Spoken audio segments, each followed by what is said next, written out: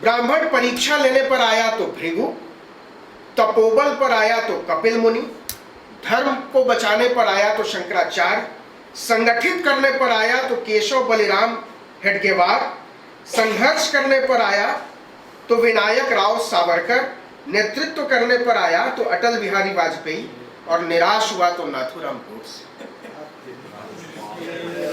ऐसे लोगों को न्यूज रूम में बैठने का कोई अधिकार नहीं हो सकता। ये संपादक है हमारे समय के। गांधी की हत्या आजाद भारत की सबसे ट्रेजिक पॉलिटिकल हत्या थी, और जो लोग गांधी के हत्यारों के साथ ब्राह्मण होने के दंभ में जा बैठे हैं और वो हमारे बीच ओपिनियन फॉर्म करते हैं, उसके खिलाफ बोलने की जरूरत है। ये रामनाथ गोयनका, जिन लोगों ने भी लिखा है कि रामनाथ गोयनका को कलंकित, मुझे लगता है कलंकित तो बहुत छोटा शब्द है। हम लोग दिन भर में 5 बार कलंकित शब्द बोलते और सुनते हैं तमाम लुच्चों लफंगों के लिए, लेकिन जो लोग ब्राह्मण होने के अहंकार में नाथूराम गोडसे के समर्थक हो बैठे हैं, ये केवल साक्षी महाराज जैसे लोग नहीं हैं। वो हमारे न्यूज रूम में रोज बैठते हैं और घंटों का डिबेट करते हैं।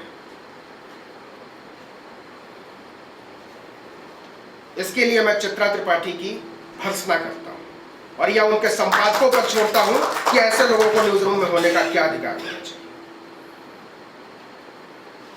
इसके बाद इसी में चित्रा त्रिपाठी का एक कमेंट है, इतनी जानकारी कहां से निकाली? और जवाब है बहुत रिसर्च करना। एक लंबी श्रृंखला है तो, और सैकड़ों कमेंट है। मतलब मेरी मां बहनों से बहुत निकट संबंध लोगों ने स्थापित किया इस बहस के दरमियान। मैं अंबेडकर की तरफ फिर से ले जाना चाहता हूं। अंबेडकर ने 1936 में लाहौर में जात पात तोड़क मंडल की तरफ से एक आमंत्रण स्वीकार किया। जात पात तोड़क मंडल आर्य समाज से टूटे हुए कुछ लोगों का एक फ्रैक्शन था, और कई बार अंबेडकर ने कहा कि आप लोगों के आइडियाज मेरी समझ में नहीं आते, मैं बहुत ज्यादा क्लियर नहीं हूं, तो मैं नहीं आ सकता। तो कई बार उनके प्रतिनिधि बंबई आए और अंबेडकर को तैयार किया कि 1936 में हम लोग एक सभा करेंगे और आप अध्यक्षता के लिए सहमति दीजिए। अंबेडकर ने बहुत कोशिश करने के बाद कहा कि अच्छा चलिए ठीक है, मैं आऊंगा। उसके बाद संत राम उसके संयोजक थे जात पात तोड़क मंडल के। ये बात फैल गई कि अंबेडकर जा रहे हैं जात पात तोड़क मंडल की अध्यक्षता करने के लिए। तो पंजाब प्रोविंस में जो हिंदू रहते थे उसमें बड़ा बवाल मचा। तो फिर घबराए जात पात तोड़क मंडल के लोग जो आर्य समाजी थे दरअसल।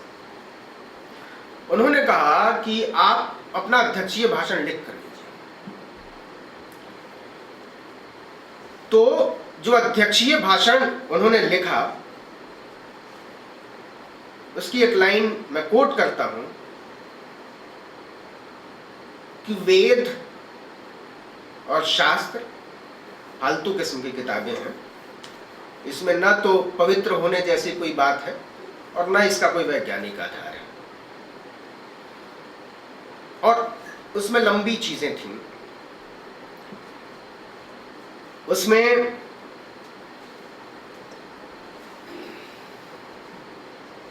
(1904) का टाइम्स ऑफ इंडिया का एक कोट किया था कि सतारा में गांव के लोगों ने तय किया, गांव के अगड़ों ने, कि दलित महिलाएं बेल बूटेदार कपड़े नहीं पहनेंगी। अगर कोई किसी का निधन होगा तो सबसे पहले हिंदुओं को सूचना दी जाए। हिंदू मतलब ब्राह्मण, द्विज, ब्राह्मण क्षत्रिय वैश्य। द्विज उनको इसलिए कहा गया क्योंकि वो जनेऊ चढ़ा सकते थे। जनेऊ इसलिए चढ़ा सकते क्योंकि उनका उपनयन संस्कार होता था, और शूद्रों को उपनयन संस्कार के लायक नहीं माना गया। मनु की संहिता में और वैदिक संहिता जो कहते हैं। जब हिंदुओं के घर में शादियां होंगी तो दलित आगे बैंड बजाएंगे और पीछे बैंड बजाएंगे। जब दलित पानी भरने जाएगा तो डुगडुगी बजाएगा। गांव के लोगों ने अंबेडकर के प्रभाव में इसको मानने से इनकार कर दिया और दलितों को गांव छोड़ना पड़ा, क्योंकि आखिरी लाइन ये थी कि जो ऐसा करेगा उसको गांव छोड़ना पड़ेगा। तो अंबेडकर ने कहा कि गांव छोड़ेंगे। अब दरअसल है क्या कि ये जो हमारे बीच चित्रा त्रिपाठी नामक बिरादरी है, वो चाहे ओबीसी हो, चाहे क्षत्रिय हो, चाहे मुसलमान हो, चाहे दलित भी हो, इस मानसिकता के साथ जो आते हैं उनको बहुत अपने इतिहास, भूगोल, परिवेश से कोई मतलब नहीं होता। वो बस एक जातीय अहंकार के साथ दाखिल होते हैं न्यूज रूम में, उसके बहाने सम्मान समारोहों में, और अपनी चीजों के लिए टेलीविजन के पर्दे का इस्तेमाल अपनी फूहड़, घटिया, घिनौनी और अवैज्ञानिक सोच को वैधता देने के लिए करते हैं।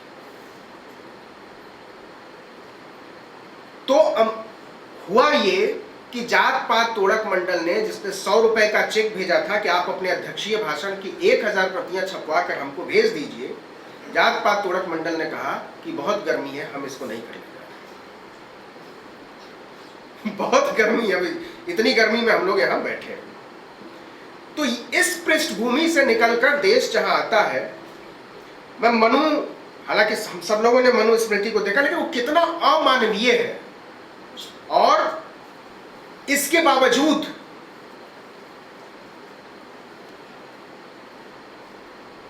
सृष्टि की सुव्यवस्था तथा उसका भली प्रकार संचालन करने के लिए परम तेजस्वी ब्रह्मा ने सभी लोगों को 4 वर्णों में, ब्राह्मण, क्षत्रिय, वैश्य और शूद्र में बांटा और उनके अलग अलग कर्म निर्धारित किए। उन्होंने ब्राह्मणों के लिए जो 6 कर्तव्य निर्धारित किए, वह वेदों को पढ़ना, वेदों को पढ़ाना, यज्ञ करना, यज्ञ कराना, दान देना और दान लेना। ये 6 काम थे ब्राह्मणों के। और ब्रह्मा जी ने शूद्र वर्ण के लिए एक ही काम बताया है, ईर्ष्या तथा द्वेष से परे रहते हुए तीनों वर्णों की सेवा करना।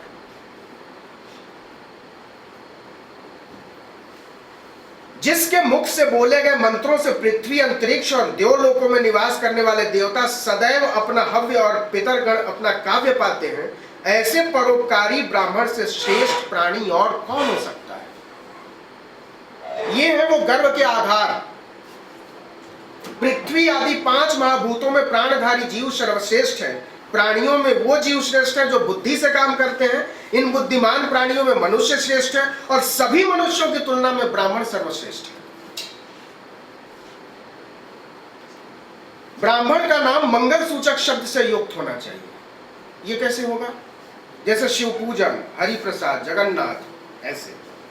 क्षत्रिय का नाम बल सूचक होना चाहिए, जैसे अजय, विजय, वीरभद्र, वीर प्रताप, इस तरह से। वैश्य का नाम धन सूचक होना चाहिए, जैसे लक्ष्मी प्रसाद, धनपति, धनपाल आदि। और शूद्र का नाम सेवा वृत्ति का सूचक होना चाहिए, जैसे राम सेवक, चरणदास, गोपालदास आदि। मतलब आप कौन सा समाज बना रहे थे? और आज 21वीं सदी में आप अंतरिक्ष में जाने की तैयारी कर रहे हैं मंगल पर, और आप कह रहे हैं कि हम, हमारे गर्व के ही आधार हैं। इन्हीं चित्रा त्रिपाठी ने एक दफा लिखा था बहुत पहले, 2-3 महीने पहले, कि मैंने कभी जात पात के बारे में नहीं सोचा, जबकि मेरे दादा बहुत प्रकांड पंडित थे, चारों टाइम मंदिर में पूजा करते थे।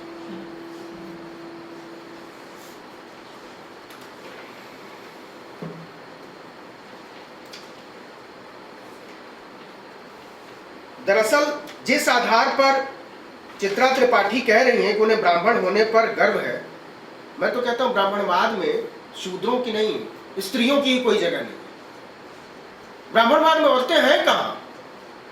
उनके लिए कौन सी जगह है? कन्याओं के नाम और अर्थ का स्वरूप कोमल और मीठा होना चाहिए, मन को प्रिय लगने वाला, शुभ का सूचक हो। अध्याय 2 श्लोक 35 ये लिखा हुआ है। यह स्त्रियों का स्वभाव है कि वे पुरुषों को अपने श्रृंगार चेष्टाओं द्वारा मोहित कर उनमें दोष उत्पन्न कर देती है। अतः विद्वान पुरुष स्त्रियों के संबंध में असावधान नहीं रहते और उनसे दूर रहते हैं। कितना महिला विरोधी है ये पूरा ब्राह्मणवाद। ये देखिए,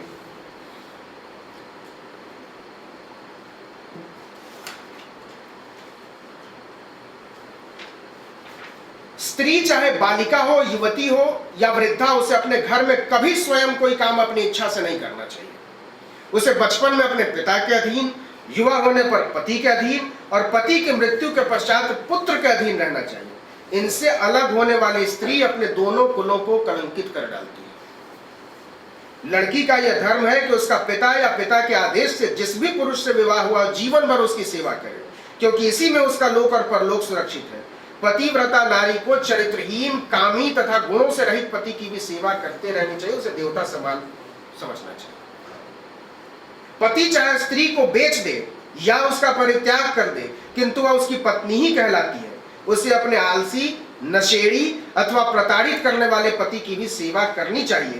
प्रजापति द्वारा स्थापित यही सनातन धर्म है। कितना महिला विरोधी है ये। कोई कहां तक गिर सकता है जिस पर आप पूरा चातुर्वर्ण का सिस्टम चला रहे हैं और आपके भीतर एक झूठा अहंकार पर, क्या कोई इसको पढ़ लेने के बाद भी ब्राह्मणवाद का हिमायती हो सकता है? 10 कुलों की कन्या से ब्रह्मचारी को विवाह नहीं करना चाहिए, चाहे उसके माता पिता गोधन, बकरी धन, कृषि धन अथवा अन्य धन से अति संपन्न ही क्यों न हो। कहने का तात्पर्य यह है कि कन्या के माता पिता दहेज में बहुत कुछ देना चाहें तब भी इन कुलों की कन्या से शादी नहीं करना श्रेयस्कर है। उसमें एक है जाति कर्म आदि संस्कारों से हीन और दूसरा है जिस कुल में सदा कन्या जन्म लेती हो। ये जो कह रहे हैं ना कि खाप पंचायत, ये खाप पंचायतें आपके ब्राह्मणवाद पर चल रही है। तो क्या चित्रा त्रिपाठी जैसे तमाम लोगों को खाप पंचायतों पर गर्व है? क्योंकि वो तो एकदम अक्षर से आपके ब्राह्मणवाद को फॉलो कर रही है, मनु संहिता को फॉलो कर रही है।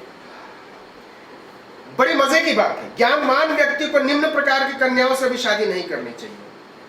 कपिल अथवा भूरे रंग वाली, जिसके हाथों व पैरों में 6 उंगली हो, बीमार रहने वाली, बहुत अधिक रोमों वाली, अधिक और कठोर बोलने वाली, पीले रंग वाली, पेड़ नदी नक्षत्र पर्वत पक्षी शूद्र तथा भयंकर नामों वाली, जिसका कोई सगा भाई न हो, जिसके पिता के बारे में सही जानकारी न हो। अब देखिए, यहां तो मना कर दिया कि काली लड़कियों से शादी नहीं करनी चाहिए। अब आगे देखिए तो किससे शादी करें? निम्न लक्षणों वाली कन्याओं से भी ब्रह्मचारियों को शादी नहीं करनी चाहिए। सुंदर अंगों वाली, मधुर एवं प्रिय नाम वाली, भयंकर नाम वाली से आप करेंगे नहीं, और मधुर और प्रिय नाम वालों से भी आपको दिक्कत है।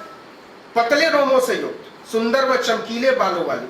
अरे भाई, किस समाज को आप बना रहे थे वर्ण सिस्टम के आधार पर? अंबेडकर ने एक चीज को कोट किया और उन्होंने कहा कि 4 वर्णों के में आप 4000 जातियों को कैसे बांट सकते हैं? आपका पूरा वर्ण सिस्टम ही कंट्राडिक्टरी है। पूरे वर्ण सिस्टम में कहीं नहीं लिखा हुआ है कि यादव कहां जाएगा। पूरे वर्ण सिस्टम में कुर्मी कहीं फिट नहीं होता है। पूरे वर्ण सिस्टम में कुशवाहा कहीं फिट नहीं होता है, कोरी कहीं फिट नहीं होता है।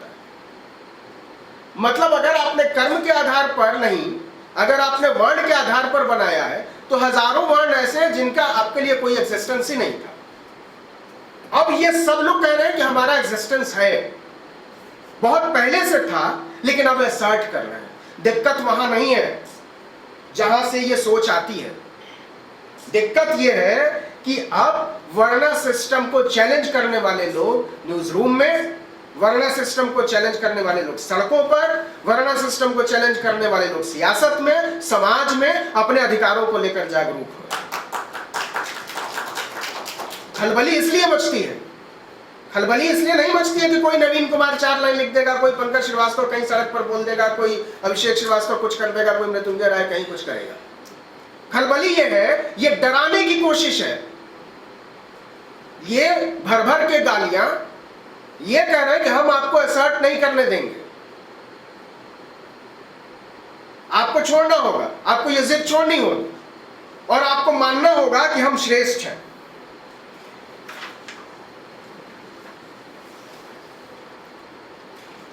दरअसल कुछ चीजें बहुत जरूरी है, मैं छोटा छोटा बोलना चाहता हूं।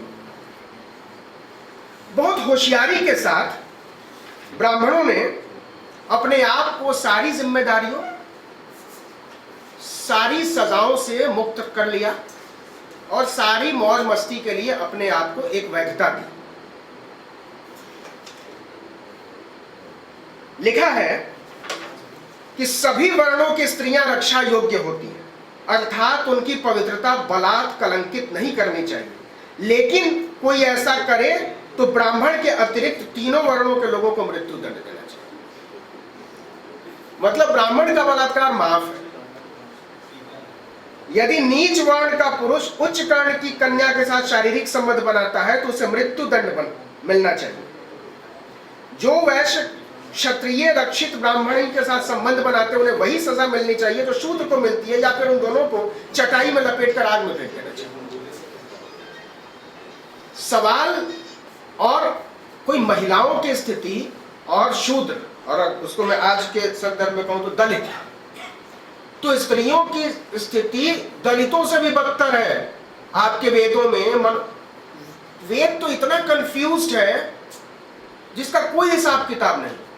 कहीं लिखा हुआ है कि ब्राह्मण ब्रह्मा के मुख से पैदा हुआ, और यजुर्वेद में लिखा हुआ है कि वो तो अग्नि से पैदा हुआ। कहीं लिखा, अब मतलब आप कुछ कैसे भी पैदा कर देते हैं आदमी को। उत्तम पुरुष के 10 सिर होते हैं, 10 चेहरे होते हैं।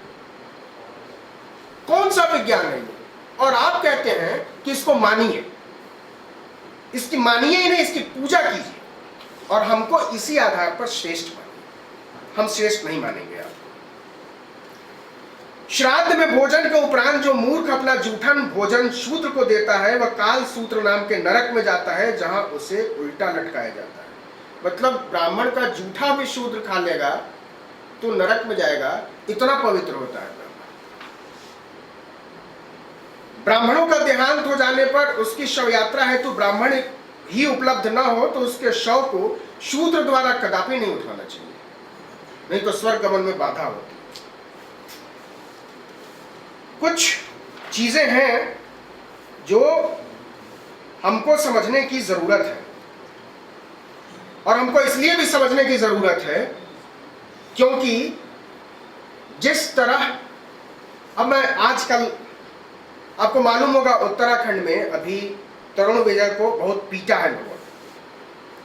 तो तरुण विजय दलितों को मंदिरों में प्रवेश कराने गए थे, और पूरी बीजेपी ये कहने को तैयार नहीं है कि उनको ब्राह्मणों ने पीटा है। तो ब्राह्मणों ने क्यों पीटा है?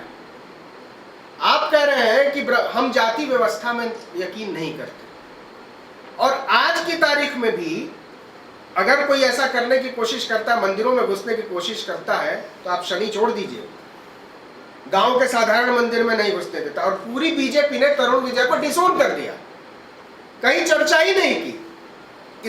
अगर कोई एक थप्पड़ मार दे संगीत सोम को तो बीजेपी का हंगामा देखिएगा जरा। और उनको तो बहुत मुश्किल से जान बची है, पुलिस ने बचाई, उनकी कार खाई में फेंक दी थी। और इनको ये अब एक्सेप्ट करने में दिक्कत है। आप कह रहे हैं कि जाति व्यवस्था हमको हम नहीं मानते, खत्म कर दिया, तो आप क्या करने के लिए जा रहे हैं नहाने के लिए कुंभ में? अमित शाह, आप क्यों दलितों के घर पर भोज? ये डिस्क्रिमिनेशन की इंतहा है, वो चाहे राहुल गांधी हो चाहे अमित शाह। आप बार बार ये यकीन दिलाना चाहते हैं कि आप अछूत हैं, और चूंकि हम आपके साथ बैठते हैं तो आप पर एहसान करते हैं। आपने क्यों दलित साधुओं के लिए अलग से स्नान की व्यवस्था की? किसी भी फॉर्म में बराबरी को मानने के लिए ये लोग तैयार नहीं है। एक सड़ा हुआ स्ट्रक्चर टेलीविजन चैनलों अखबारों के न्यूज रूम में काम करता है, जो पूरी तरीके से वर्ण सिस्टम से डिराइव होता है और उसको इन्फ्लुएंस करता है। अभी 4 साल 5 साल पुरानी बात है, उसकी मारा गया था उसको, ब्रह्मेश्वर मुखिया। मैं एक बड़े चैनल में काम कर रहा था, ब्रह्मेश्वर मुखिया को मारा गया एनकाउंटर में, और हमने कहा कि चलाओ ब्रह्मेश्वर मुखिया, हत्या की थी, हाँ मर्डर था, कि चलाओ ब्रह्मेश्वर मुखिया मारा गया। तो ऐसा लग रहा था कि कोई चलाने कोई तैयार नहीं। मतलब लोग जैसे हम कहते हैं ना कि कोई तो आकर कह दे कि यह खबर झूठी थी। मतलब अगर वो जिनको वीपी सिंह के निधन से रत्ती भर का फर्क नहीं पड़ा था, वो ब्रह्मेश्वर मुखिया के मारे जाने से शोक में चले गए थे। और जो पहली लाइन चली, ब्रह्मेश्वर मुखिया मारे गए, और ये 2 मिनट तक चलता रहा। फिर कहना पड़ा कि ब्रह्मेश्वर मुखिया ने तुमको पढ़ाया था। कौन था ब्रह्मेश्वर मुखिया? एक गुंडा था, मर्डरर था, और खुद बैठ के लिखना पड़ा कि ब्रह्मेश्वर मुखिया मारा गया। कोई बहुत पुरानी बात नहीं है। तो वो उनको जहां मौका मिलेगा वही वो अपनी बात करेंगे। और ये नरेंद्र मोदी जैसे लोगों को अच्छी तरीके से पता है। ये चित्रा त्रिपाठी या इस तरह के तमाम लोग तो उस स्ट्रक्चर में बहुत बाद में आते हैं। आपको मालूम होगा अभी राज्यसभा में एक आदमी का विकेट गिर गया है। मैं सोचता हूं कि पहले सोच रहे थे कि हम लोकसभा लड़ेंगे, फिर आपने कहा चुनाव से पहले आपने मंच पर चढ़कर कहा कि हम तो आप ही के आदमी हैं साहब, और हमको कोई दिक्कत नहीं है मानने में और कहने में सार्वजनिक तौर पर।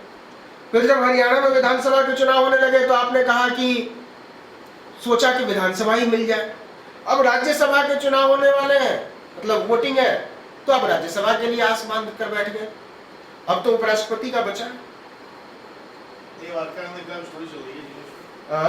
हाँ,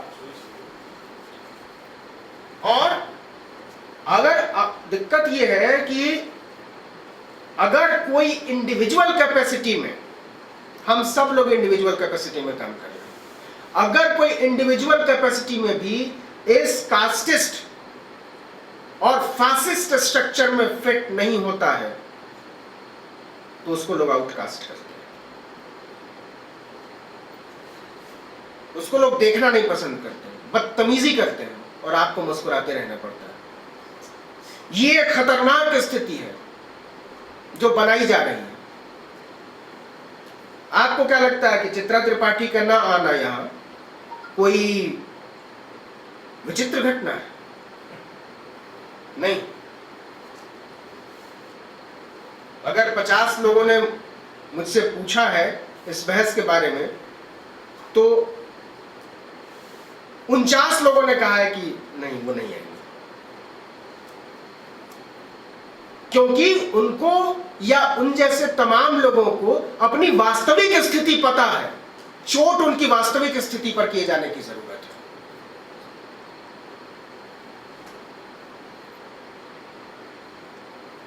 कहां से आते हैं आप अपनी योग्यता लेकर? क्या आपका क्या अखिल भारतीय परीक्षा हुई थी जिसमें पास करके आपने योग्यता का झंडा गाड़ दिया है?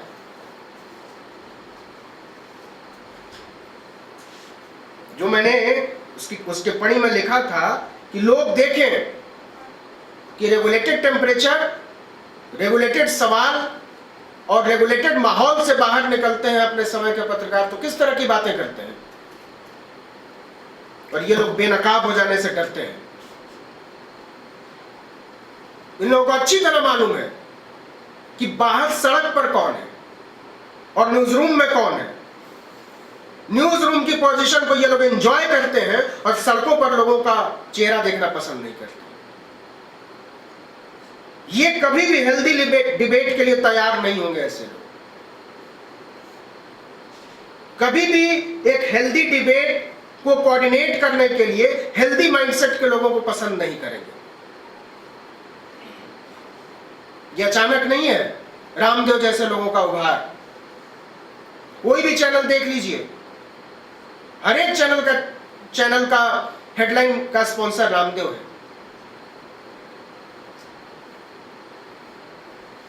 मैंने पूछा था एक बार रामदेव से कि बाबा एक बार बताइए कि आटा चावल, एक बार मतलब मैं पिछले चैनल में था तो मुझसे बहुत खफा हो गए थे। मेरी मौजूदा मालकिन से भी रामदेव ने शिकायत की कि लड़का बहुत अहंकारी है। अहंकार की वजह बताता हूं। हमने कहा, एक दफा टकरा गए थे लाइव में कि ये तो ठीक है, चलिए कुछ कुछ करते होंगे, आप बेचते हैं आटा तेल। मैं हमेशा लिखता हूँ कि आटा तेल दाल चावल बेचने वाले रामदेव, उनको इससे बड़ी दिक्कत होती है कि मुझे योग गुरु का, ये अपने, मुझे आज तक समझ में नहीं आया श्री श्री को किसने पहली बार श्री श्री कहा होगा। ये अपने ही मान लेते हैं मैं श्री श्री, 4 बार 5 बार 1008 श्री कुछ भी लगा लीजिए। आज इलाहाबाद में शंकराचार्य का पुतला जलाया गया है। मैं कह रहा हूं कि यह पतन के दौर में है ये व्यवस्था ब्राह्मणवादी, इस पर आखिरी चोट करने की जरूरत है। तो मैंने रामदेव से पूछा कि बाबा एक बात बताइए, ये आटा होता होगा कुछ आयुर्वेद टाइप का कुछ कर देते होंगे, कुछ सत्तू चना भी कुछ कर देते होंगे, कि टूथब्रश में कौन सा आयुर्वेद लगाते हैं आप? भाई उसमें तो कागज और प्लास्टिक के अलावा सिरे से ही कुछ नहीं होता। आप उसको भी पतंजलि आयुर्वेद से बेच रहे हैं और मानने पर मजबूर कर रहे हैं कि आयुर्वेदिक है। तो किस और कोई देखने वाला नहीं है कि ये ट्रस्ट जो आयुर्वेद के उत्थान के लिए दावा करता है और कहता है कि हम नो प्रॉफिट पर काम करते हैं और सब जनता में लगाते हैं। जनता जाकर पतंजलि योगपीठ देखिए क्या हुआ है जनता के पैसे। क्यों इस देश की सरकार को रामदेव के दबाव में विश्व योगा दिवस घोषित करने के लिए लाइजनिंग करनी पड़ती है? क्यों प्रधानमंत्री को जाकर वॉशिंगटन में कहना पड़ता है कि आपके यहां 3 करोड़ से ज्यादा लोग योगा करते हैं? योगा कोई रामदेव की दी हुई चीज है? डिस्क्रेडिट कर देना चाहते हैं इस देश के इतिहास को, सामाजिक संदर्भों को। अमित शाह जैसा आदमी, हैरत होती है, नेहरू की फिलॉसफी पर बात करता है, जिसको गुजरात में घुसने से बैन कर दिया था सुप्रीम कोर्ट। यह आदमी कहता है कि नेहरू की चेतना संदिग्ध थी और श्यामा प्रसाद मुखर्जी बड़े उदात्त विचारों के थे। 1936 में जब अंबेडकर ने कहा कि I was born Hindu but I will not die Hindu, और धर्म परिवर्तन की बात उन्होंने कही, तो उनके पास बहुत सारे लोग आते थे। तो सिख धर्म की ओर वो फैसिनेट हो रहे थे और मुंजे ने बयान जारी करके कहा कि अगर अंबेडकर अपने अनुयायियों के साथ सिख हो जाते हैं तो मुझे कोई दिक्कत नहीं है, क्योंकि सिख धर्म हिंदुत्व का हिस्सा, और वो मैं खुश होऊंगा कि वो विदेशी धर्म को स्वीकार नहीं करें।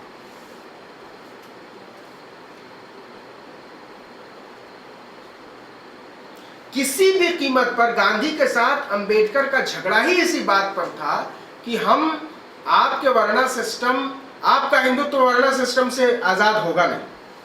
उन्होंने कहा था कि वेदों पुराणों शास्त्रों को डायनामाइट से उड़ा दो।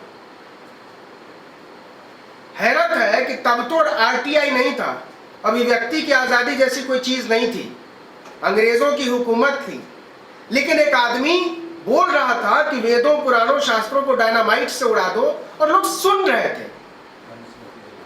मनुस्मृति जलाया उन्होंने जाके जालना में। क्या आज मैं ऐसे खुलेआम चौराहे पर कह के और सुरक्षित घर पहुंच सकता हूं, या कोई भी पहुंच जाएगा? यह खतरा कहां से पैदा होता है? यह खतरा वहां से आता है जब आप दलितों, पिछड़ों, अल्पसंख्यकों, आदिवासियों की वैधता लेकर सत्ता तक पहुंचते हैं, और जैसे ही ये सत्ता तक पहुंचते हैं तुरंत ब्राह्मणवादी हो जाते हैं। ये पहली फुर्सत में अखलाक की हत्या करते हैं,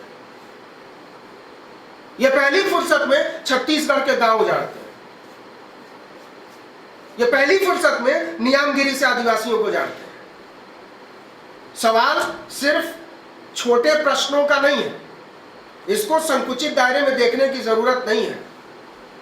यह खतरा इतना बड़ा है कि अगर हमने, मैं अक्सर कहता हूं अपनी बातचीत में, और ये हम यहाँ बैठे ये उसी के हिस्से के तौर पर लेते हैं। मैंने अभिषेक से भी कहा कि अब वो समय है जब गाली खाने की कीमत पर भी मूर्खों को मूर्ख सरेआम बोला जाए। मालूम है क्या आउटकास्ट किया जाएगा। इनकी ताकत यह है कि ये जानते हैं कि हम पर ये हमला नहीं कर सकते, हमारी वैचारिकी पर सवाल नहीं उठाएंगे। तो जब तक हम सवाल नहीं उठाते रहे, एक जो बहुत कॉन्शियस दिमाग से अगर हम सब सोचते हैं तो लगता है कि आज से 2 साल पहले मनमोहन सिंह की सरकार थी, कोई बहुत ऐसी ग्लोरीफाइड सरकार नहीं थी, लेकिन एटलीस्ट आप खुले तौर पर सरकार की आलोचना करते थे और आपको लिखते हुए डर नहीं लगता था, अब बोल पाते थे।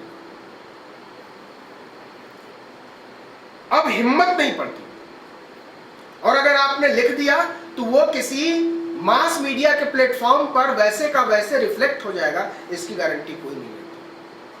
मैं नाम नहीं लेना चाहता उन संस्थानों का जो सत्ता की गोद में बैठकर पत्रकारिता के नए संदर्भ बढ़ गए। ऐसा खुलापन पहले नहीं रहा। अचानक क्या होता है कि अंबानी को देश का सबसे बड़ा मीडिया एम्पायर खरीदना पड़ता है, और हम क्यों उम्मीद बांध कर बैठे हैं कि उन एम्पायर के को चलाने वाले और उसमें बैठने वाले लोग बहुत जनोन्मुखी होंगे। हमारे भीतर भी गलती है कि जहां से हमारी सोच को बहिष्कृत किया जा रहा है, हमारी नौकरियां खाई जा रही हैं, हमें जन्म के आधार पर हम पर हमला बोला जा रहा है। हमने सबसे बड़ी उम्मीदें उन्हीं लोगों से पाल रखी। हमको लड़ना होगा उस बाजार में शामिल होने के लिए जिस पर मूर्ख कब्जा करके बैठे। हमको बाजार को मजबूर करना होगा कि हम इनको पसंद नहीं करते हैं। अगर मीडिया बाजार का हिस्सा है तो उस बाजार का बहुमत दलितों, अल्पसंख्यकों, पिछड़ों के पक्ष में है। अगर वो बाजार हमारे ही खिलाफ चला गया है तो हमने गलतियां की हैं।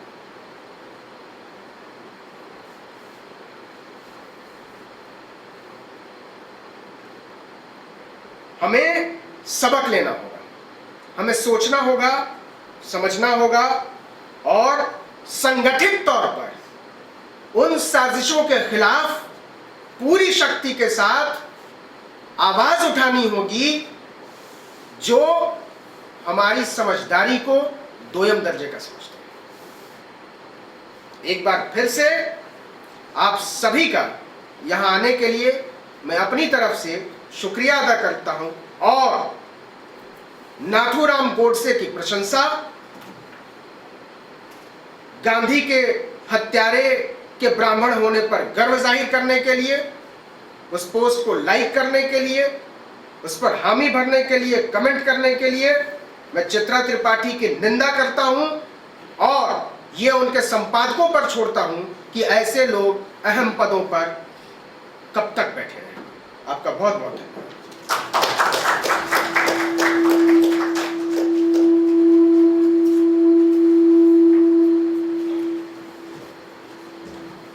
शुक्रिया नवीन भाई, बहुत विस्तार से नवीन जी ने चीज़ों को बांधा और समझाया। लेकिन देखिए, सब लोग बोल रहे हैं तो हम भी बोल ही लें 2 मिनट। असल में क्या है कि मामला इतना आसान नहीं है। ब्राह्मणवाद और ब्राह्मणवाद का विरोध जितना लीनियर दिखाई पड़ता है वो दरअसल उतना है नहीं, और इसलिए कभी कभार होता ही है कि उसकी शिनाख्त करने में जो है मतलब ब्राह्मणवाद कहाँ काम कर रहा है और किसके अंदर ब्राह्मण बैठा हुआ है, उसकी शिनाख्त करने में चूक हो जाती है। एक किस्सा बताऊंगा मैं आपको, किस्सा नहीं, एक घटना है 2009-10 की घटना। 2010 में शायद बाबरी मस्जिद वाला फैसला आया था, 10 में आया था ना। तो बाबरी मस्जिद वो 3 हिस्से में बांट के जो कर दिया, दे दिया। तो मैं बैठा हुआ था ऑफिस में, मतलब तब तक मैं नौकरी करता था। वो नवीन भाई बोल रहे हैं ना, कुछ लोग आउटकास्ट हुए हैं, इस सितंबर में 5 साल हो जाएगा मुझे आउटकास्ट हुए। तो मैं बैठा हुआ था दफ्तर में, भास्कर में नौकरी करता था मैं। तो ऐसे ही बैठ के मैं अपना बिजनेस पेज बना रहा था और अचानक से टीवी पे वो खबर चली कि बाबरी मस्जिद 3 हिस्से में कोर्ट ने फैसला कर दिया कि ये बंटवारा हो जाए। तो जैसे ही हुआ तो बड़ा लगा कि अचानक से माहौल बदल गया न्यूज रूम का। तो एक हमारे चीफ रिपोर्टर थे प्रमोद सिंह, कहने को तो है बनारस के ही हैं, जानने वाले भी हैं, लेकिन संघी आदमी है, उसके लिए क्या कर सकते हैं। तो बहुत तेजी से वो खड़े हुए, राइट, गया, मजा आ गया, बहुत खुश हुए। ऐसे किए तो बाकी लोग को भी लगा कि अरे गजब, चीफ रिपोर्टर ऐसे कर रहा है तो हम लोग भी कर सकते हैं। उसके बाद जो है धीरे धीरे 5 मिनट के अंदर जय श्री राम कहीं सुनाई पड़ा। पीछे देखे वैसे अपने, कुछ पीछे ही से आवाज आई मेरे। तो कुछ पीछे से एक महिला थी, वो जय श्री राम बोल दी। अच्छा, जय श्री राम एक जगह से निकला तो फिर 3-4 जगह से निकला। हम कहे चलिए ठीक है, चुप मार के काम करते हैं, काम करते रहे। मेरे ठीक पीछे से आवाज आई जय श्री राम, यहाँ एकदम एकदम मेरे पीछे जो ऐसे कुर्सी लगी थी, यहाँ से आवाज आई। अच्छा, वहां से हमको उम्मीद नहीं थी कि आवाज आएगी, क्योंकि वहां जो लड़का बैठा था वो आदिवासी लड़का था, और वो आदिवासी लड़का जो है वो ब्यूरो का बड़ा प्यारा रिपोर्टर था। तो उसके मुंह से निकला और वो खड़ा हो गया और जय श्री राम से बोला, वे बड़ो, डांट दिया उसको। बोला क्या सर आप बड़ा बड़ा लोग को ये सब काम करना, छोटा आदमी बड़ा, डांट दिया उसको। तो डर मारे बैठ गए। बात आई गई, हो गई खत्म, जो हुआ सो हुआ। कुछ दिन बाद, 1-1.5 महीने बाद, उस समय राज्यसभा चैनल खुलने वाला था। तो राज्यसभा चैनल खुलने की प्रक्रिया में भर्तियां हो रही थी, ठीक है। मतलब मैं ये घटना इसलिए बता रहा हूँ ताकि आप देखिए कि ब्राह्मणवाद काम कहाँ और कैसे करता है, और लोग एक से एक ब्राह्मणवाद विरोधी लोग चूक जाते हैं ब्राह्मणवाद को पहचानने में, या गलतियां कर बैठते हैं। तो राज्यसभा चैनल के लिए भर्ती एक आध लोग कर रहे थे, वरिष्ठ लोग थे। तो उनमें से एक बहुत वरिष्ठ थे, उनका फोन आया मेरे पास। अच्छा, मेरी अर्जी बहुत दिन से पड़ी हुई है उनके पास, 12-14 साल से नौकरी हमको नहीं दिलवाया। वो मेरे पास फोन आया, बोले यार तुम्हारे दफ्तर में एक लड़का काम करता है, वो ट्राइबल है, कैसा है, नाम पूछे। हम बोले क्यों, बोलिए। तो उन्होंने किसी और वरिष्ठ का नाम लिया, वो भी ब्राह्मणवाद विरोधी हैं और घोर मतलब लाइन लेते हैं दलित और पिछड़ों पर। तो उन्होंने उनका नाम लिया। यार उन्होंने जो है उस लड़के को मुझे रेफर किया है कि यार लड़का बहुत जरूरतमंद है, उसको राज्यसभा में नौकरी दे दीजिए। तो मैंने सोचा कि यार भास्कर में कौन है जो मुझे बता सकता है उसके बारे में। तो मैंने सोचा तुमसे पूछूं। हम बोले नाम बताइए। नाम बताया। हम बोले तो संघी है। बोले क्या बात कर रहे हो। हम बोले अरे फैसला आया था अभी 1.5 महीने पहले, जय श्री राम बोला था मेरे पीछे बैठ के, उसको हम डांट के बैठाए। बोला अरे नहीं यार, ऐसा कैसे हो सकता है, वो कैसे मुझे रेफर कर सकते हैं इस तरह के लड़के को, वो तो ऐसे नहीं है। हम बोला नहीं, वो एफर्मेटिव एक्शन लिए होंगे। नहीं, एफर्मेटिव एक्शन में थोड़ी कोई संघी को रेफर कर देंगे। तो बोला जो भी है भाई, आप लोग का रिश्ता है, आप लोग जानिए, हमसे क्या मतलब, आपसे फीडबैक मांगे, हमने आपको दे दिया, वो जय श्री राम ब्रांड वाला लड़का है। बोले ठीक है चलो। तो ये ईमानदार आदमी थे, उसको नौकरी नहीं दिए, नौकरी नहीं दिए, लड़का रह गया भास्कर में भी, आज भी भास्कर में ही हुआ शायद। करीब 1.5 साल बाद जिन्होंने रेफर किया था उनसे मेरी मुलाकात ऐसे ही अकेले में हुई। वैसे तो प्रोग्राम्स में होती थी, अकेले में कोने में एक बार मुलाकात हुई, एक कमरे में आईएमसी में। मुझे ये बताइए कि आप संघियों को रेफर कर देते हैं नौकरी के लिए। बोले किसने कहा यार, क्या मतलब आप भी ऐसी बात सोच रहे हैं। नाम बताया। हम बोले इस लड़के को आपने रेफर किया था तो संघी है, जय श्री राम का नारा लगाता है। अरे यार जवाब सुनिएगा। तो बोले हो गया होगा। तो कैसे हो, कैसे जाता है भाई। बोलना ना, आस पास जो दबाव रहा होगा ना, उस दबाव में डर के मारे बोल दिया होगा जय श्री राम। ऐसा नहीं है, वो बहुत प्रोग्रेसिव लेफ्ट का है। अब एक न्यूज रूम में जय श्री राम का दबाव अगर ऐसा हो जाए कि एक पिछड़ा या आदिवासी जो कि नहीं है वो जय श्री राम बोल दे, पता नहीं, ये तो हमको नहीं मालूम कैसा होता है। लेकिन उन्होंने डिफेंड किया अपने कैंडिडेट का। बोले आपको कैसे मालूम। हम बोले मेरे पास उसका जो है फीडबैक लेने के लिए फोन आया था। बोला अच्छा तो आपने क्या कहा? हम बोले वही कहा जो आपसे कह रहे हैं। बोला अरे यार नहीं कहना चाहिए था, वो जरूरतमंद लड़का है। हम बोले हमारी तनख्वाह उससे कम थी, आपको पता है? वहाँ पर जरूरतमंद क्या है?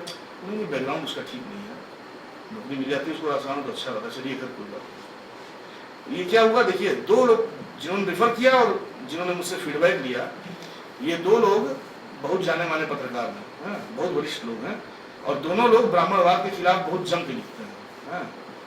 दोनों लोग ब्राह्मण हैं भी नहीं, गैर ब्राह्मण हैं। लेकिन इन दोनों लोगों के बीच में एक लड़का ऐसा आ गया जिसकी शिनाख्त उन्होंने नहीं की कि वो लड़का क्या है, और सिर्फ उसकी जाति देखकर उसको जो है रेफर कर दिया। पॉजिटिव अफर्मेशन के ये अफर्मेटिव एक्शन के ये सब प्रॉब्लम्स हैं, और ये अफर्मेटिव एक्शन की जो प्रॉब्लम्स हैं ये इसलिए हैं क्योंकि हम लोग ब्राह्मणवाद को सीधी रेखा में समझते हैं। ठीक है, इसी वजह से आप देखेंगे कि जहां जहां आपको पिछड़ा या दलित अफर्मेटिव एक्शन से पत्रिकाओं में, अखबारों में भर्ती आप देखेंगे जिनको, उनमें अधिकतर गधे होंगे। जिन लोगों ने भरा होगा अफर्मेटिव एक्शन के नाम पे, कई ऐसे हैं जिनको कुछ नहीं आता है और बैठे हुए हैं। ठीक है, एक महिला थी, वो महिला अफर्मेटिव एक्शन के नाम पे उनकी नौकरी लगी थी एक अखबार में। 12 बजे आती थी, 4 बजे चली जाती थी, क्योंकि वो दलित था।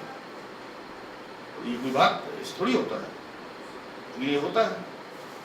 तो ये एक मतलब पहलू है जिसको मैं सामने लाना चाह रहा था, और मैं चाहूंगा कि जरा सा हट के मतलब ये जो आयाम है, एक तो इस पे कुछ बात हो, और दूसरा जो हम लोगों का ब्राह्मणवाद अभी चल रहा है उस पर भी कुछ बात हो।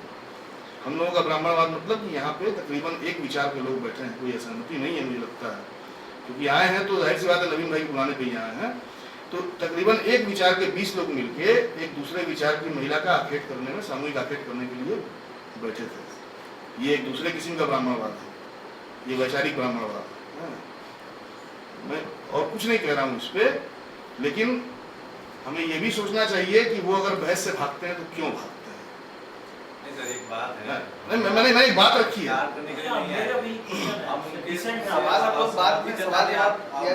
नहीं सर, बात मैंने सिर्फ एक बात रखी है। देखिए मेरी अपनी तरफ से कोई बात ही नहीं है।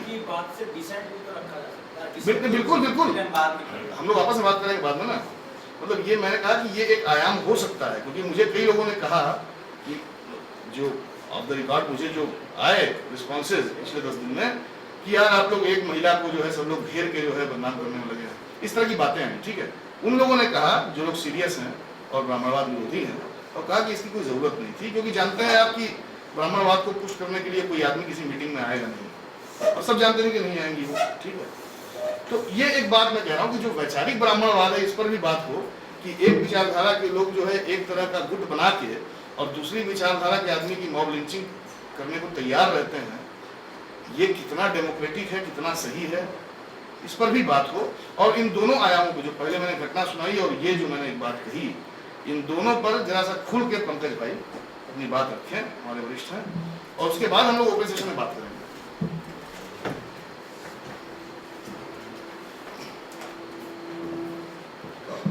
साथियों, मैं थोड़ा विलम्ब से इसलिए भी आया था कि पीछे से बैठकर देखा जाएगा, पर यहाँ स्थिति ऐसी हुई कि ये स्वाभाविक था। नवीन जी से बात जब मेरी हुई थी तो भी ये था कि शायद वो नहीं आएंगे। पहली बात तो मैं इस आयोजन के लिए नवीन को इसलिए बधाई दूंगा कि वे तमाम सवाल जिन पर शायद इस देश पे लगातार बहस होनी चाहिए थी और जिनको दरी के नीचे, जिसको हम कहते हैं कि छिपा दिया गया है, जिन पर बात नहीं की जाती है सार्वजनिक रूप से एक समस्या मानते हुए, उन पर पहले सोशल मीडिया में और फिर यहाँ पर एक आयोजन करके इस बहस को एक नया आयाम दिया गया है। और वो आयाम यह है कि जो भारत की पत्रकारिता है वो क्या सचमुच पत्रकारिता है जिसका कुछ आधुनिक पेशेवर संदर्भ भी होता है, या वो मैन्युफैक्चरिंग कंसेंट का एक टूल है जो दरअसल एक ऐसी व्यवस्था को बरकरार रखने के लिए काम में आ रही है जो मानव विरोधी है, और जो हमारे स्वतंत्रता संघर्ष के जो मूल्य हैं या जो हमारा संविधान है उसके संकल्प के विरुद्ध है। मेरा ये मानना है कि जब ब्राह्मणवाद की बात हो रही है तो एक स्थगित बहस को नए सिरे से आगे बढ़ाने का काम हो रहा है। मैं चित्रा त्रिपाठी से कतई मुझे कोई मैं खफा नहीं हूं और मुझे ये भी नहीं लगता कि वो कोई अपराधी है। मुझे लगता है कि वो पीड़ित है, वो शिकार है,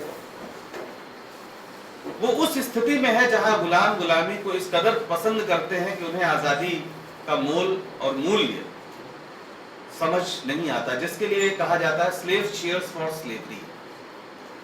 चित्रा त्रिपाठी नहीं जानती है कि वो क्या कह रही है और मैं ये भी नहीं मानता हूं, मैं उन बातों को दोहराऊंगा नहीं कितने विस्तार से मनुस्मृति में क्या है, क्या क्या कहा गया है।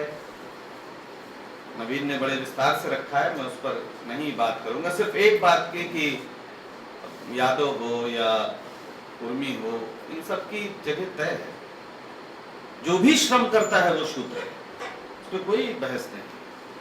जो भी श्रम करता है वो शूद्र है, जो हल पकड़ता है वो शूद्र है, यहां तक कि शिल्पकार भी शूद्र है और जो नाटक करता है, अभिनय करता है, वो भी शूद्र है। शूद्रों की परिभाषा बहुत स्पष्ट कर देती है। इसलिए जो भी श्रम करता है, चाहे वो गाय दू रहा हो, चाहे वो सब्जी उगा रहा हो, चाहे वो कर रहा हो। इसीलिए गांव के जो लोग हैं वो जानते हैं कि जब ब्राह्मण या कोई भी हल पकड़ने को बहुत बुरा मानते हैं, खेत में जाने को बहुत बुरा मानते हैं और उससे जो जो परिणाम है आज खेती की बर्बादी का बहुत बड़ा कारण ये भी है कि वो श्रम करने की स्थिति में नहीं है। बहरहाल मैं वो एक अलग विषय है। लेकिन मैं नहीं मानता कि चित्रा त्रिपाठी या तमाम जो ब्राह्मण जाति में पैदा हुए नौजवान हैं वो पहले मनुस्मृति पढ़ते हैं, फिर वो उस हिसाब से समाज में आगे अपना व्यवहार तय करते हैं। ऐसा बिल्कुल नहीं है। और बहुत बड़े पैमाने पर उनके अंदर एक अगर अच्छा परिवेश हो तो उनमें बदलाव के बहुत लक्षण भी होते हैं। मैं नहीं मानता हूं कि जो ब्राह्मण घर में पैदा हो गया अनिवार्य रूप से वो ब्राह्मणवादी है, या दलित के घर पैदा हो गया तो ब्राह्मणवादी नहीं है, इसकी भी कोई गारंटी नहीं है। और इसके तमाम उदाहरण पड़े हैं, छोटे मोटे उदाहरण नहीं है। इस देश की ब्राह्मणवादी राजनीति को आगे बढ़ाने में दलितों का कम योगदान फिलहाल तो नहीं नजर आ रहा, उनकी बड़ी भूमिका है। और या उनके अंदर अगर हम माने कि रैदास की बात करें कि जात जात में जात है जस केलन के बाद, रैदास न मानुष बन सके जब तक जात न जात। तो जाति का इसलिए विरोध नहीं करना है कि मतलब वो किसी और जाति का है, ये किसी और जाति का है। जाति का इसलिए विरोध होना चाहिए इस संस्था का, जाति व्यवस्था का, कि जाति आदमी को इंसान नहीं बनने दे रही है, मनुष्य नहीं बनने दे रही है, मनुष्यता से एक दर्जा नीचे रखने का षड्यंत्र है। इसलिए रैदास कहते हैं कि जात जात में जात है जस केलन के बाद, रैदास न मानुष बन सके जब तक जात न जात। तो अगर आपके अंदर जाति की भावना, जाति को लेकर गौरव बोध है या हीनता बोध है, दोनों स्थिति में आप मनुष्य होने का जो भाव है या जो आनंद है आप उसको प्राप्त ही नहीं कर सकते। तो जैसे एक पुरानी किताबें पढ़ी जाती थी कि वानर से नर बनने में श्रम की भूमिका, और उसमें बीच में कहा जाता है कि बहुत लोग उरैंग उटैंग बन के रह गए, मनुष्य नहीं बन पाए। तो जाति व्यवस्था वही है, आदमी से मनुष्य बनने की यात्रा में लोग जाति के रूप में जानवर बनकर रह गए हैं, जिसमें मनुष्य होने की संभावना है, लेकिन ये जो जाति की जकड़न है, जो संस्कार है, उसे मनुष्य नहीं बनने दे रहे। मेरी चिंता यह है कि ये एक युद्ध है।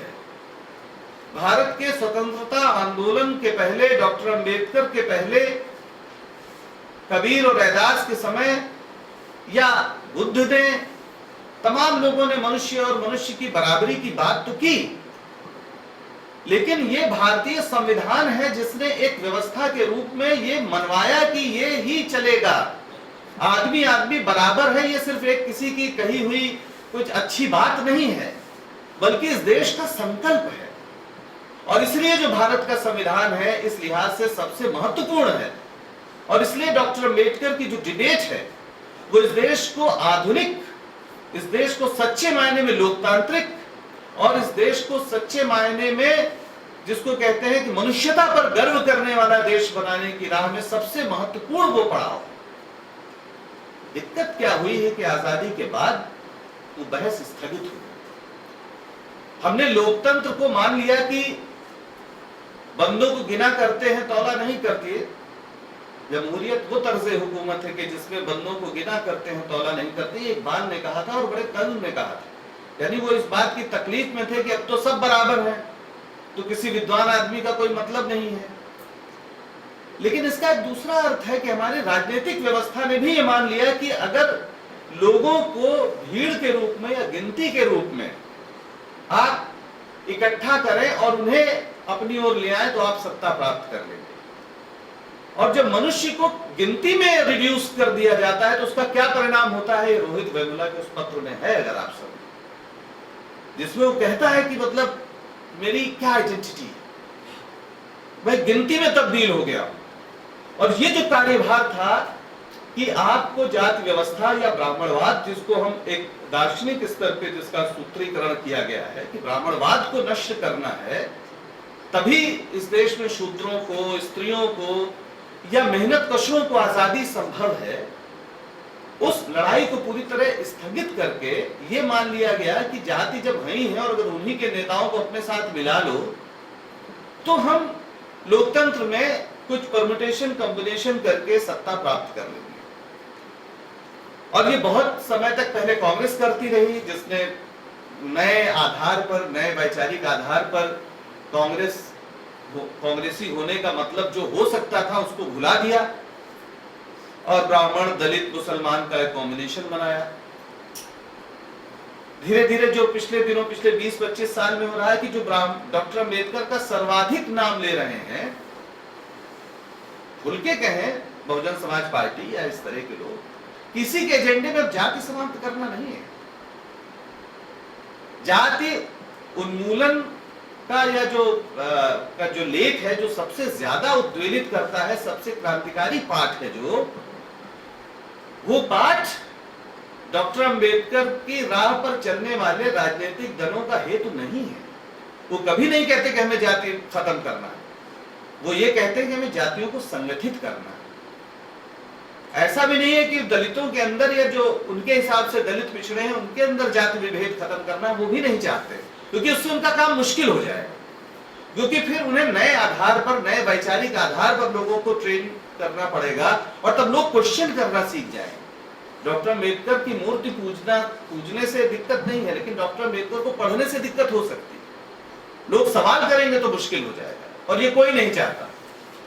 ये माफ करिएगा, ये कांशीराम भी नहीं चाहते थे, ये मायावती भी नहीं चाहते, लेकिन डॉक्टर अंबेडकर चाहते थे। और इसलिए डॉक्टर अंबेडकर महत्वपूर्ण है और तमाम जाति की, देश की, कई बार तो लगता है कि काल की सीमाओं को भी क्रॉस करते हुए एक ग्लोबल आइकन बनने की ओर है, क्योंकि वो उन महत्वपूर्ण प्रश्नों को संबोधित कर रहे थे जिनका संबंध आदमी को इंसान बनाने से। और इसलिए ठीक बात कही कि केवल अफर्मेटिव एक्शन कह देने से काम नहीं चलेगा, वो तो है ही, वो रहे, लेकिन आपको एक चेतनशील मनुष्य भी बनना पड़ेगा। और पत्रकारिता का जो संबंध है, पत्रकारिता का ये काम था कि इन सवालों पर वो बहस को आगे बढ़ाती। पत्रकारों की जिम्मेदारी थी कि वो कहती बंदरों को कि तुम्हें मनुष्य होना है। पर दिक्कत यह है कि पत्रकारिता के नाम पर बंदरों के हाथ में ये सारा उस्तरा हो गया। समस्या ये हो गई। और इसलिए जो न्यूज रूम के अंदर आपको बनावट दिखाई पड़ती है, उसमें एक और बहुत महत्वपूर्ण चीज अगर आप देखें तो ज्यादातर लोग वो हैं जो मंडल कमीशन के मारे हुए हैं, जिन्हें लगता है कि मंडल ना आया होता तो IAS हो गए होते, PCS हो गए होते। उस समय बड़े पैमाने पर ऐसे लोगों ने पत्रकारिता की राह चुनी और जाके अपने फूफा, मामा, चाचा, ताऊ के चरण छूते हुए पत्रकार हो गए। मैं आज दिल्ली में एक बहुत बड़े पत्रकार को जानता हूं जो मेरे सामने आया था। मैं कानपुर से मैंने पत्रकारिता शुरू की थी, एक ट्रेनी होकर गया था, हालांकि मैं पीएचडी उसके पहले कर चुका था इलाहाबाद यूनिवर्सिटी में। एक लड़का आया और उस लड़के ने पांव छूना शुरू किया और उनके एक चाचा जी थे, उन्होंने कहा बैठो बैठो बैठो बैठो। तो कह दिया संपादक जी से, अरे ये लड़का ऐसे ही कुछ सीखना चाहता है। कुछ दिन बैठा रहा, फिर कहा यार इसको दे दो कुछ करे वरे, तो तार देना शुरू किया। फिर चूंकि लोग काहिल होते हैं, चाहते हैं उनका काम कोई और करे, तो कॉपी भी देना शुरू किया। और 6-7 महीने के अंदर वो उतना काम जान गया जो न्यूनतम काम होता है, और वहां पर उस जूनियर सब एडिटर लगा। अब सोचिए पत्रकारिता में घुसने का जो रास्ता है वो ये है, तो ये था। कोई उसकी योग्यता से, कोई उसकी क्षमता से कोई मतलब नहीं। तो पत्रकारिता में तो सबसे ज्यादा लोग इसी तरह से घुसे हैं, जो भाई भतीजावाद से, जाति से, इससे उससे करके, और एक पूरा जिसको हम कहते हैं कि भट्ट जी शेठ जी टाइप मामला। मालिक आपके बड़े समुदाय के लोग हैं और संपादक आमतौर पर ब्राह्मण लोग रहे, और उसमें कोई बुराई नहीं थी अगर वो जिम्मेदारी को समझते। पर उन्होंने मामले को उलट दिया। उन्होंने जो यथास्थिति थी, जो सामाजिक यथास्थिति थी, उसको बरकरार रखने में अपनी पूरी शक्ति लगा दी। तो समस्या यह है कि राजनीति भी वो काम नहीं कर रही है जो एक आधुनिक भारत के निर्माण के लिए जरूरी था। यहां तक कि एक जमाने में एक आध अगर आप छोड़ दें, मेरा ख्याल है दिल्ली प्रेस को, तो अंधविश्वास के विरुद्ध बोलने वाला कोई संस्थान नहीं है, बल्कि अंधविश्वास को प्रसारित करने वाला संस्थान। सारे संस्थान जुटे हुए हैं रात दिन। कोई स्वर्ग की सीढ़ी खोज रहा है, कोई सूर्पणखा का ऑटोग्राफ ले रहा है, किसी को रावण मिल चुका है, किसी की मुलाकात जो है वो क्या नाम है उसका, जो अश्वत्थामा से हो गई है। और पूरा टेलीविजन आप देखिए, जो सबसे ज्यादा प्रभावित करता है आज दृश्य माध्यम, वो अंधविश्वास को, ब्राह्मणवाद को, जाति अहंकार को अपने सीरियल्स के द्वारा, कि क्षत्रिय का मतलब क्या है, ब्राह्मण का मतलब क्या है, चाणक्य का मतलब क्या है, वो नए सिरे से स्थापित कर रहा है।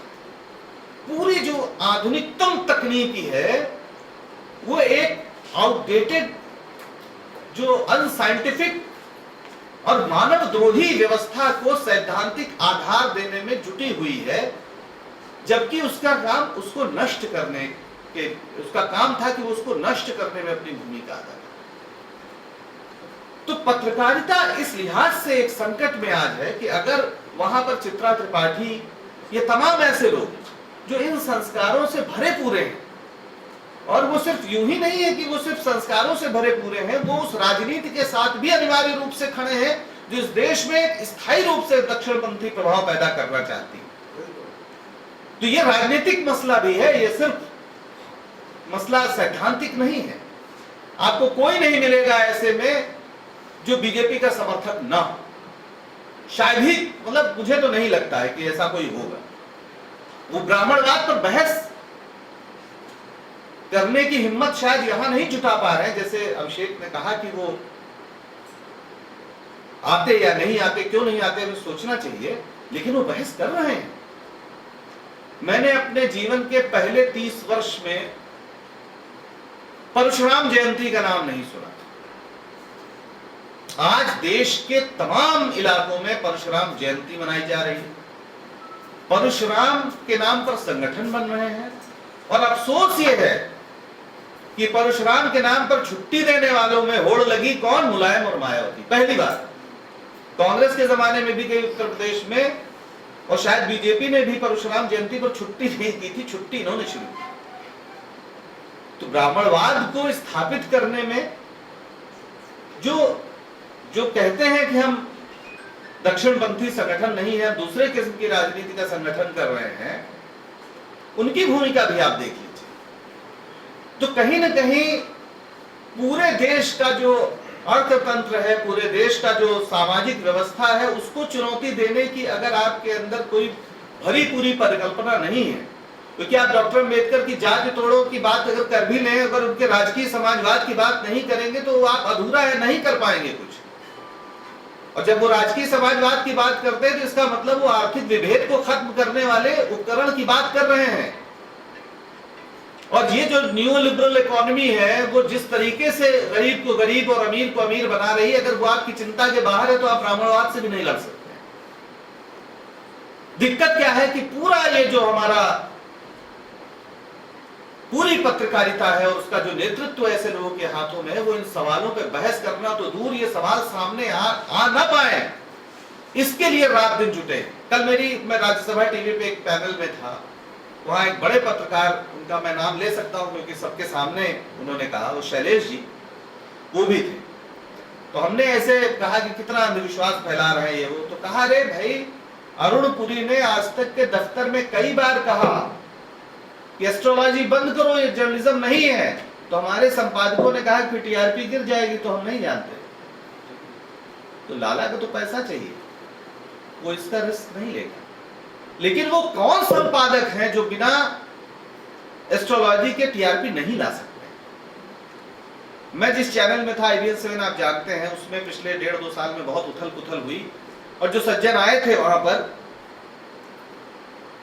उमेश उपाध्याय जी, ये पहली बार हुआ कि वहां व्रत और छोटे छोटे त्योहारों की कवरेज होने लगी। पहले हम लोग कुंभ कवर करते थे, कुंभ एक बड़ा आयोजन है, कवर होगा।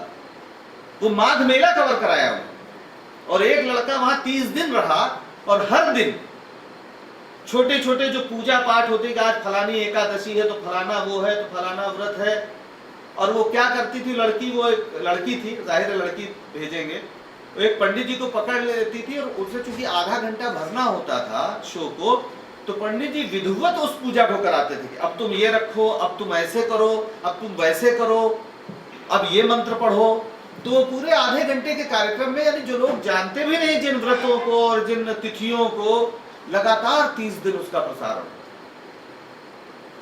आप देख लीजिए पूरा जो हालत है, बार बार की ब्राह्मण को दान दो और इसको वो दो, उसको ये दो, तो वो तमाम चीजें भरी जाती हैं बच्चों के मन में।